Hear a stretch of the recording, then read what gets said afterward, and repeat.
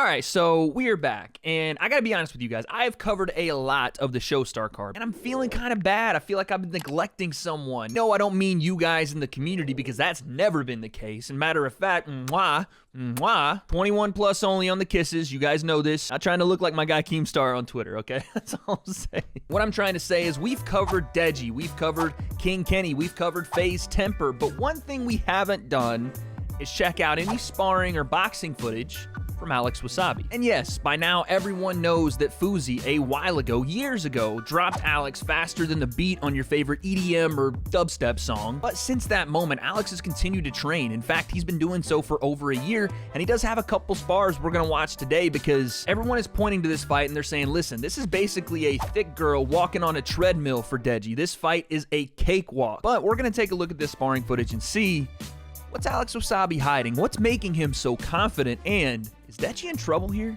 The breakdown, let's go. All right, straight away, we had all the influencers in, right? There's Landon, you got DDG, I'm pretty sure that's Austin McScambucks. Wait, who is this guy next to Bradley Martin? Is this like his assistant? Got the camera and the phone and the whole thing? Does Bradley just surround himself with giant individuals? Good God. Alex brought the wasabi! George Janko yells, Alex brought the wasabi! Alex does land a somewhat decent combination here. Jab to the body. Right hand lands on the button. That's nice work. Follows it up with another hook. And Stromedy is giving the Soldier Boy crank that as he flies off to the side. Again, just something you see from new fighters. But he is landing these shots coming forward with somewhat decent rhythm, and he's not overthrowing shots to get there. Again, we see Alex kind of going back, straight backward here. We know Deji is a forward kind of combination switch stance puncher. Again, it doesn't serve you well to just go straight back, because he'll continue to come forward. You can step back, boom, and plant something on him in the in-between, like breaking that rhythm, but just coming straight back isn't going to do him any favors. Yeah, Alex crowds himself a bit here, right? Off that jab, right? That should be his range. That right there. He's touched him with the jab. So now you're close enough to throw the right hand. You don't need to get this close, because now you can't turn your right hand over. Stromedy's basically being blocked by not only your left shoulder, your own head. To turn that shot over, you still have to now come back, create space, and throw that right hand across the jaw. But because he's gotten too close now, we're going to see a lot of kind of sloppier shots. Shots to the body, little kind of brushing left hook. Stromedy shoves him. Again, now he's at range again. Right here is where you plant and throw. Right? Touched him with the jab right there. Now recognize that position and continue to throw off it.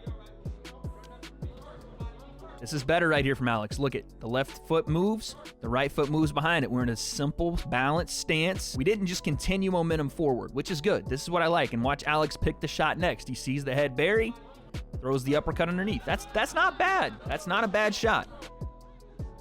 There we go. Yeah, again, Alex is doing a good job of cutting Stromedy off, not chasing him. Look, as they walk right here, right?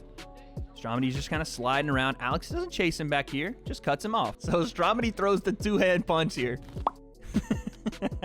This is some fucking Hadouken, Dragon Ball Z, Kamehameha wave shit. I don't know any gym that teaches that, but, you know, sometimes it's just, can throw something out there and see what happens. No, Stromedy with the pull counter. So Stromedy pulls his weight back and counters nothing, but this is interesting to see that he attempted it. Is hilarious. Right? Nothing happens. Alex is just kind of getting in position. Stromedy plants on that back foot, pulls, and jumps off of the ground. You want to talk about a full pull counter. This man went Superman punch to get extra power behind that pull counter right hand. And this is something, again, it's good to see him do this, even though it's very small. He's recognizing this burying of the head after every right hand.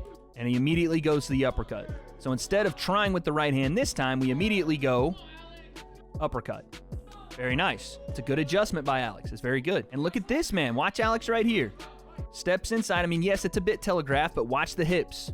The hips flip on the left hook, right? Now that right hand is set up, whereas 2 seconds ago, he can't throw this right hand from here, right? Or he can, and it'll be off balance and susceptible to a counter. So to gain range and to put himself on that center line for the right hand, we flip the hips on the step in with the hook, right? Gives him an attack to hide behind, and the right hand's cocked and ready. Throws it down the pipe. That's a great fucking shot and a great way to get into range safely. Although Stromedy wasn't ever going to fire back, but still. That's not bad.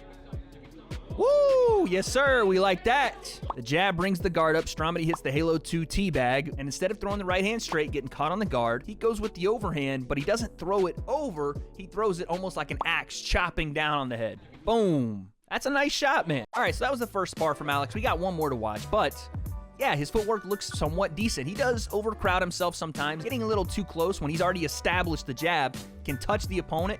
That right there is your range. You don't have to come any closer. And again, I know it's Stromedy, but I like what I see from Alex. One question you always have to ask for someone making their debut: what happens when they get hit? We have one more spar that's going to give us a little bit of insight into that, so let's take a look. All right, so this is Alex versus Nick Ireland, who probably should have been on the Social Gloves card. This is going to tell me a lot because I've seen a couple of clips. I know he hits hard, and he's a southpaw. So this should give us a bit of an indication as to how Alex handles not only a hard hitter, but a southpaw just like Deji.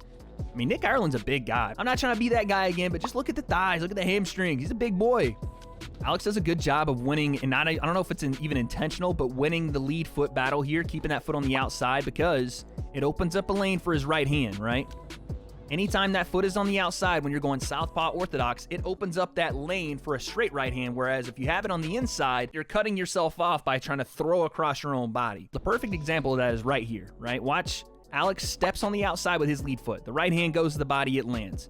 Nick Ireland gets caught here, so when he tries to gain the outside advantage again, watch his right hand.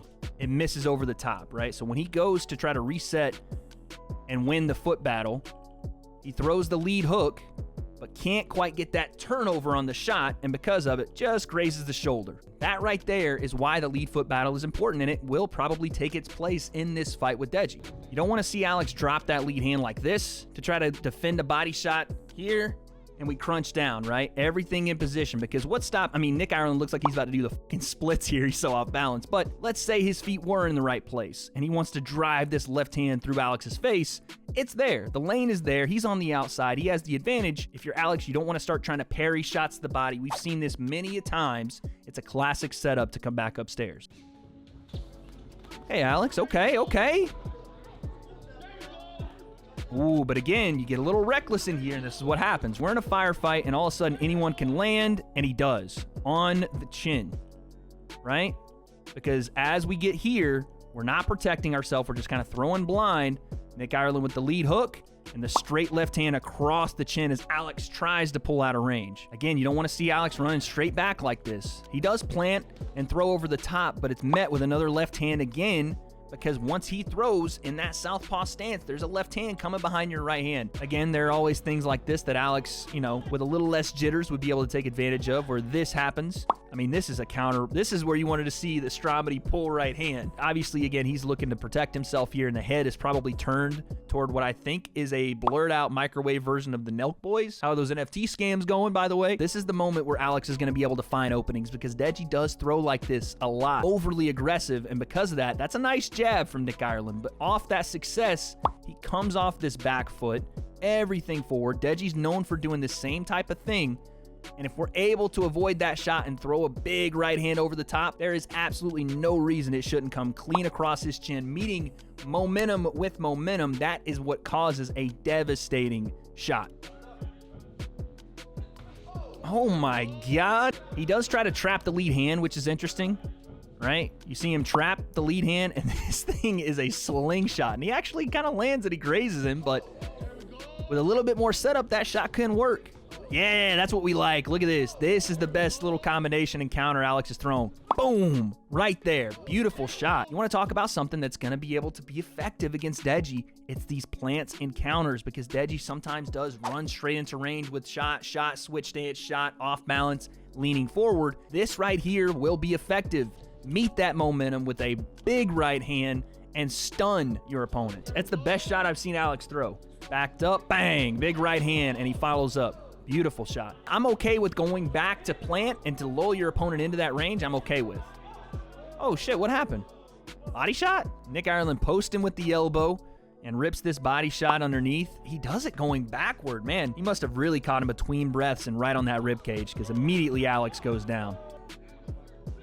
Woo! Right hand at the end of the round there. Again, off that jab, Alex finds his range, right? Touches with the jab immediately, and he goes pow right in the kisser. Again, traps the lead hand, And over the top, boom, big right hand. And he gets back to range, throws another one too. It's nice.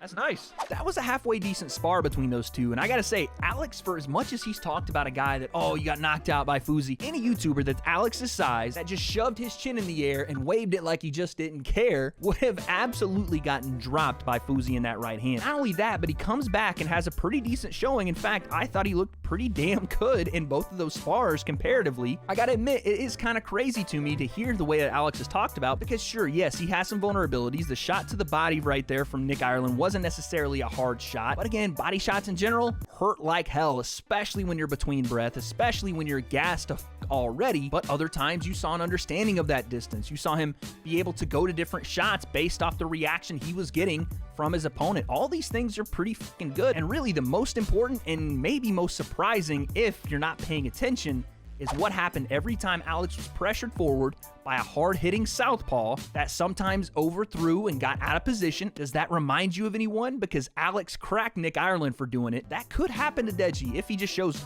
no respect for Alex's punching power or his ability to counter like he kind of did with Vinny. He's going to find himself walking onto a shot. Alex Wassabi is going to come to fight.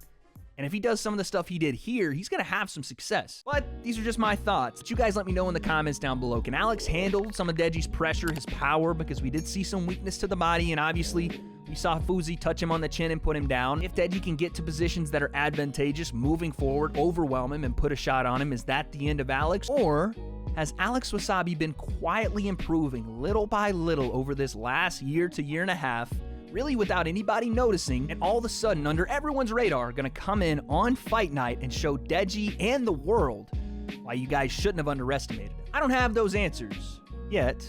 Let's just say very soon the fighters will speak for themselves. I know what you're thinking. Wade, what in the world could that even possibly mean? And, well, guess we'll find out.